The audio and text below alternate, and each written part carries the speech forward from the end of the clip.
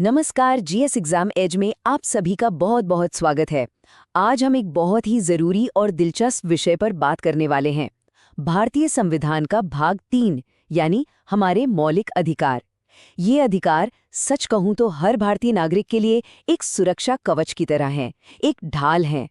अच्छा, इससे पहले कि हम इसकी गहराइयों में उतरें, एक सवाल पर जरा सोचिए। ऐसी कौन सी चीज है जो गारंटी देती है कि हर नागरिक सम्मान से जी सके और कोई भी सरकार या ताकत उसका गलत इस्तेमाल ना कर पाए? इसका जवाब कहीं और नहीं, बल्कि हमारे इन्हीं मौलिक अधिकारों में छिपा है। तो आज हम क्या क्या देखने वाले हैं, एक नजर डालते हैं। सबसे पहले हम समझेंगे कि इन अधिकारों की नींव क्या है, फिर एक एक करके समानता, स्वतंत्रता और दूसरे जरूरी अधिकारों को देखेंगे। और हाँ, आखिर में एग्जाम क्विक रिवीजन भी करेंगे जो बहुत काम आने वाला है। तो ठीक है, शुरू करते हैं। देखिए, अधिकारों को समझने से पहले ये जानना बहुत जरूरी है कि ये अधिकार आखिर हैं किसके खिलाफ और क्या चीज इन्हें इतना पावरफुल बनाती है। तो सबसे पहले एक शब्द को पकड़ते हैं, राज्य या स्टेट। देखिए, जब संविधान राज्य की बात करता है तो इसका मतलब सिर्फ दिल्ली की सरकार या राज्यों की सरकारें नहीं हैं। नहीं, आर्टिकल 12 के हिसाब से इसमें संसद, विधानसभाएं और तो और आपके शहर की नगरपालिका या गांव की पंचायत भी शामिल है, सब कुछ। और यही सबसे जरूरी बात है, हमारे जो मौलिक अधिकार है ना, वो इसी राज्य के खिलाफ एक दावा है। मतलब ये हमारी ढाल है सरकार और उसकी किसी भी संस्था के एक्शन के खिलाफ। और पता है, यही चीज इन अधिकारों को सुप्रीम बनाती है। अनुच्छेद 13 साफ साफ कहता है कि कोई भी कानून, चाहे कोई नया कानून बने या कोई पुराना कानून हो, अगर वो हमारे मौलिक अधिकारों से टकराएगा तो वो कानून वहीं खत्म, शून्य, मतलब इनवैलिड हो जाएगा। इसे एक तरह से एक ट्रम्प कार्ड समझिए। मौलिक अधिकार हमेशा जीतेंगे और इसी पावर को, कोर्ट की इसी पावर को जुडिशियल रिव्यू या न्यायिक समीक्षा कहते हैं। चलिए, अब अपनी ढाल की पहली परत को देखते हैं। सबसे बुनियादी और सबसे जरूरी, समानता का अधिकार।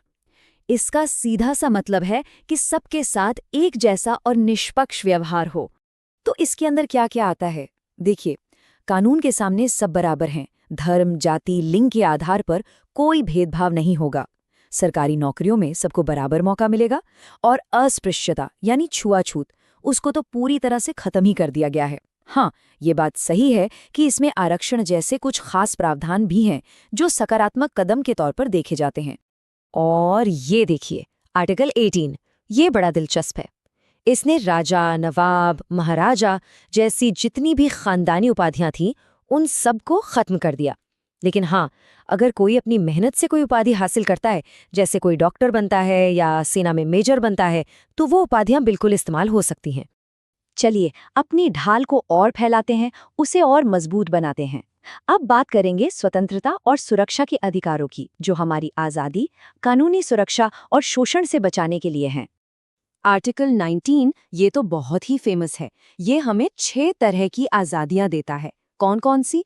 बोलने और अपनी बात रखने की आज़ादी, शांति से जमा होने की, एसोसिएशन या संघ बनाने की, पूरे देश में कहीं भी घूमने फिरने की, कहीं भी बस जाने की और कोई भी काम, धंधा या पेशा चुनने की। बस ये याद रखिए कि ये आज़ादियां असीमित नहीं हैं, इन पर कुछ वाजिब प्रतिबंध भी लगाए जा सकते हैं। और बात सिर्फ इतनी ही नहीं है, सबसे बड़ा अधिकार है आर्टिकल 21, जीवन और सम्मान से जीने का अधिकार। फिर आर्टिकल 21A, जो 6 से 14 साल के बच्चों को मुफ्त शिक्षा की गारंटी देता है। और साथ ही गिरफ्तारी के खिलाफ भी सुरक्षा है, जैसे गिरफ्तारी का कारण जानने का हक, अपने वकील से बात करने का हक। और शोषण, मानव तस्करी और बाल मजदूरी के खिलाफ तो बहुत ही सख्त कानून और अधिकार है। और ये नंबर, इसको तो दिमाग में एकदम बैठा लीजिए, 24। आर्टिकल 22 कहता है कि किसी भी गिरफ्तार इंसान को 24 घंटे के अंदर अंदर मजिस्ट्रेट के सामने पेश करना ही होगा। ये पुलिस की मनमानी के खिलाफ एक बहुत बड़ी, बहुत ही जरूरी सुरक्षा है। अब आते हैं अपनी ढाल की उस परत पर जो हमारी पहचान, हमारी आत्मा की रक्षा करती है। ये अधिकार हमारी संस्कृति और हमारे धर्म, हमारे विश्वास से जुड़े हैं। इसमें क्या क्या है? देखिए, हर किसी को अपने धर्म को मानने, उसका पालन करने और उसका प्रचार करने की पूरी आज़ादी है। सरकार किसी एक धर्म को बढ़ावा देने के लिए जनता से टैक्स नहीं वसूल सकती, और जो अल्पसंख्यक समुदाय हैं उन्हें अपनी भाषा, अपनी संस्कृति को बचाने और अपने खुद के एजुकेशनल इंस्टीट्यूट खोलने का पूरा हक है। तो ठीक है, अब हम पहुंच गए हैं सबसे जरूरी अधिकार पर। ये वो अधिकार है जो हमारी ढाल को असल में इस्तेमाल करने की ताकत देता है। इसके बिना बाकी सारे अधिकार बस कागज पर रह जाएंगे।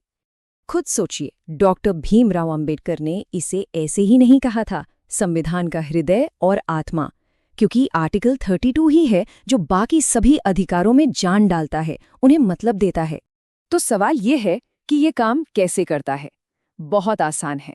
अगर किसी के भी फंडामेंटल राइट्स का हनन होता है तो वो सीधे सुप्रीम कोर्ट का दरवाजा खटखटा सकता है, और सुप्रीम कोर्ट न्याय देने के लिए इन 5 तरह के रिट्स का इस्तेमाल करती है, जो एक तरह से न्याय के औजार हैं, जैसे हेबियस कॉर्पस, मैंडेमिस, प्रोहिबिशन वगैरह। ये वो हथियार हैं जिनसे नागरिक अपनी ढाल को एक्टिवेट करता है। चलिए अब फटाफट एक क्विक रिवीजन कर लेते हैं, उन सारी जरूरी फैक्ट्स पर नजर डालते हैं जो एग्जाम के लिए बहुत ही ज्यादा इंपॉर्टेंट है। ये टेबल देखिए, ये एग्जाम बूस्टर है, एकदम पॉइंट टू पॉइंट। तो कुल आर्टिकल्स कहाँ से कहाँ तक हैं? 12 से 35 तक। अधिकार कितने हैं? 6। पहले 7 थे, संपत्ति का अधिकार अब हटा दिया गया है। सबसे जरूरी आर्टिकल 32, बिल्कुल सही। और सबसे ज्यादा सवाल कहाँ से आते हैं? आर्टिकल 19 की 6 स्वतंत्रताओं से। इसे अच्छे से देख लीजिए। और आखिर में इन 6 अधिकारों को लाइन से याद रखने के लिए एक छोटा सा मेमोरी कोड। क्या है? EFRRCC। एक बार फिर से, E for equality, F for freedom, R for right against exploitation, अगला R for right to freedom of religion, C for cultural and educational rights, और आखिरी C for constitutional remedies. EFRRCC। बस इसे याद कर लीजिए, एग्जाम में बहुत काम आएगा। तो दोस्तों, आज के लिए इतना ही। उम्मीद है कि मौलिक अधिकारों पर ये पूरी चर्चा आपके लिए फायदेमंद रही होगी। अगर आपको ये विश्लेषण पसंद आया तो GS एग्जाम एज को लाइक, शेयर और सब्सक्राइब करना बिल्कुल मत भूलिएगा। देखने के लिए बहुत बहुत धन्यवाद। मिलते हैं अगले सेशन में।